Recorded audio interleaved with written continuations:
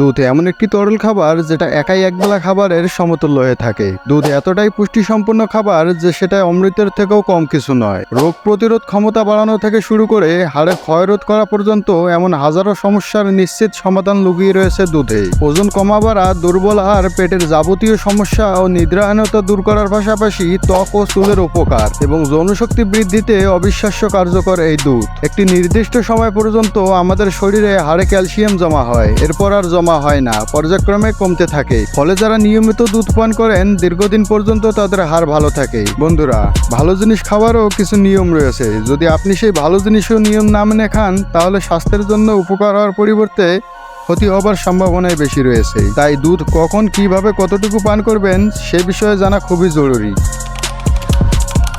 খাবার খাওয়ার পরপরই দুধ পান করা উচিত নয় এবং দুধ পান করার আগে টক জাতীয় জিনিস খাওয়া উচিত নয়, যেমন টক ফল, দই বা ইত্যাদি। এ জাতীয় টক জিনিস খাওয়ার পরপরই দুধ পান করলে স্বাস্থ্যের জন্য ক্ষতি হতে পারে। তাই আপনারা যদি সুস্থ থাকতে চান তাহলে খাবার খাওয়ার ঠিক 40 মিনিট পরপরই দুধ পান করুন এবং এটি স্বাস্থ্যের জন্য সবথেকে উপকারী। আপনার যদি রাতে ঘুম না আসে, আপনি যদি ভালোভাবে ঘুমাতে চান তাহলে রাতে নিয়মিত ঘুমানোর আগে 1 গ্লাস করে দুধ পান করুন। এই 1 গ্লাস দুধ আপনাকে ঘুমাতে সাহায্য করবে।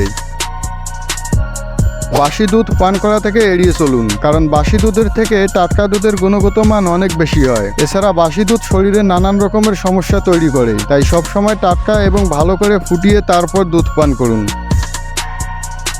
অনেকেরই অভ্যাস রয়েছে চা কিংবা দুধ দিয়ে ওষুধ খাওয়ার। বিশেষজ্ঞদের মতে দুধ দিয়ে অ্যালোপ্যাথি ঔষধ খাওয়া একেবারেই উচিত নয়, তবে ডাক্তারের পরামর্শ নিয়ে আয়ুর্বেদিক ওষুধ খাওয়া যেতে পারে। খালি পেটে দুধ পান করা থেকে এড়িয়ে চলুন। এর কারণ হচ্ছে দুধ বেশ ভারী খাবার, হজম হতে অনেক বেশি সময় নেয়। তাই যাদের হজম শক্তি এমনিতেই দুর্বল তাদের সকালবেলা খালি পেটে দুধ এড়িয়ে চলাই ভালো। দীর্ঘদিন খালি পেটে দুধ খাওয়ার অভ্যাস থাকলে বদহজম, গ্যাস, পেটে ব্যথা সহ নানান রকমের সমস্যা দেখা দিতে পারে। বন্ধুরা, আশা করি দুধ বিষয়ে এই ভিডিওটি আপনাদের ভালো লেগেছে, এজন্য একটি লাইক করে দেবেন। আর হ্যাঁ, চ্যানেলটি সাবস্ক্রাইব করতে কিন্তু ভুলবেন না।